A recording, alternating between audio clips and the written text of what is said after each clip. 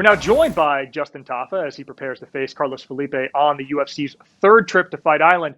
And Justin, before we start talking MMA, I want to talk about a little NRL.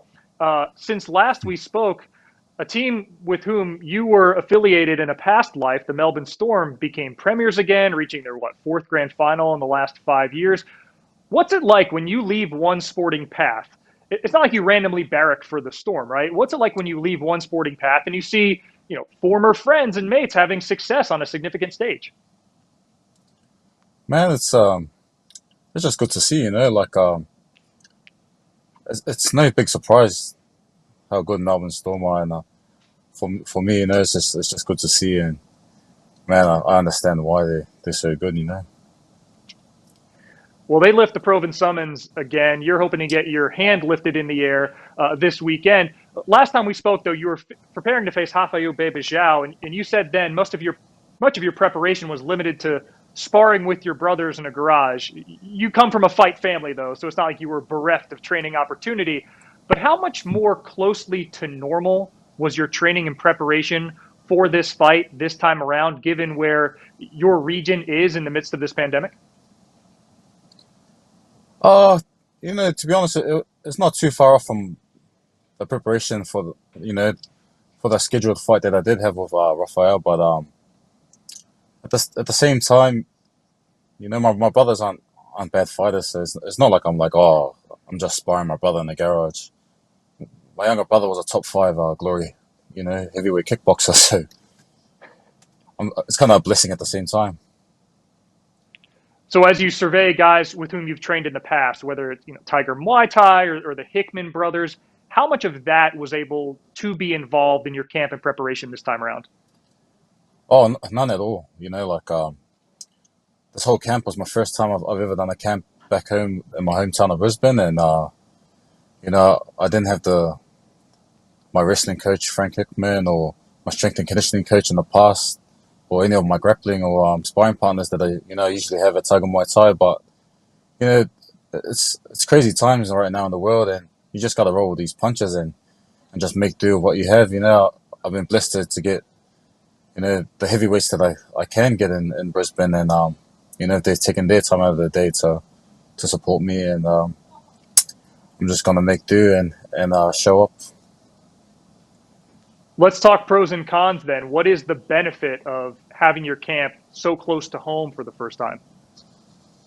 Oh man, the best thing about this camp has been having my son, my little son Jax, come along to all the trainings, and in between sparring rounds, he'll jump into the ring or the cage and chuck some water on my face, or give me a drink and egg me on, and it's been that little push that I've needed to really make this camp a good one.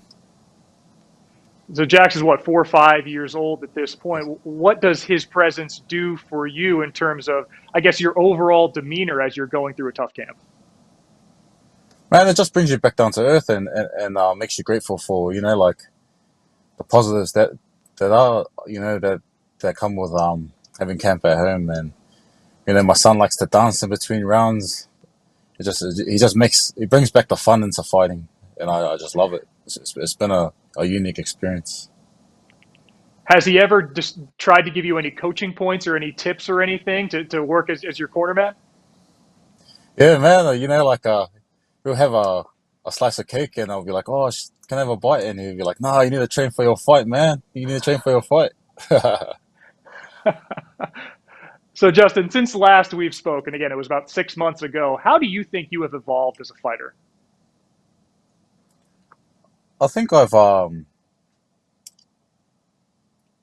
become a lot more disciplined in my striking over these last 6 months. I've learned just to pull away from a lot of shots and just fight.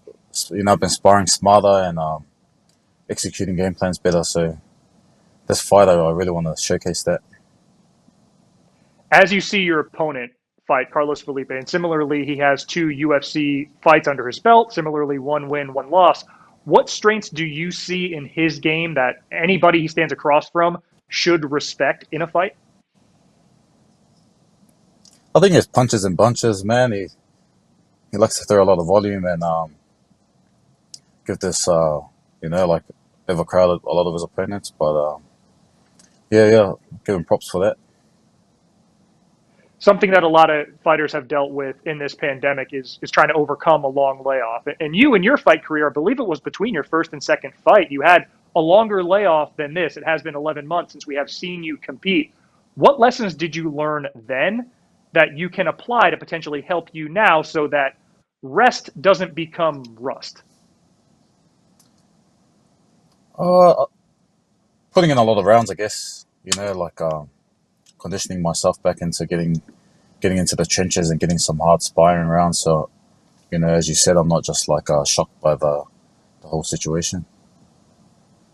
They call him the bad man. I think he's a decent guy, but he's a heck of a fighter. Justin Tafa facing Carlos Felipe on UFC's Fight Island coming up. Justin, thanks so much for your time and all the best in Abu Dhabi. Nah, cheers. Happy New Year's, man. Thank you for watching ESPN on YouTube. For live streaming sports and premium content, subscribe to ESPN+.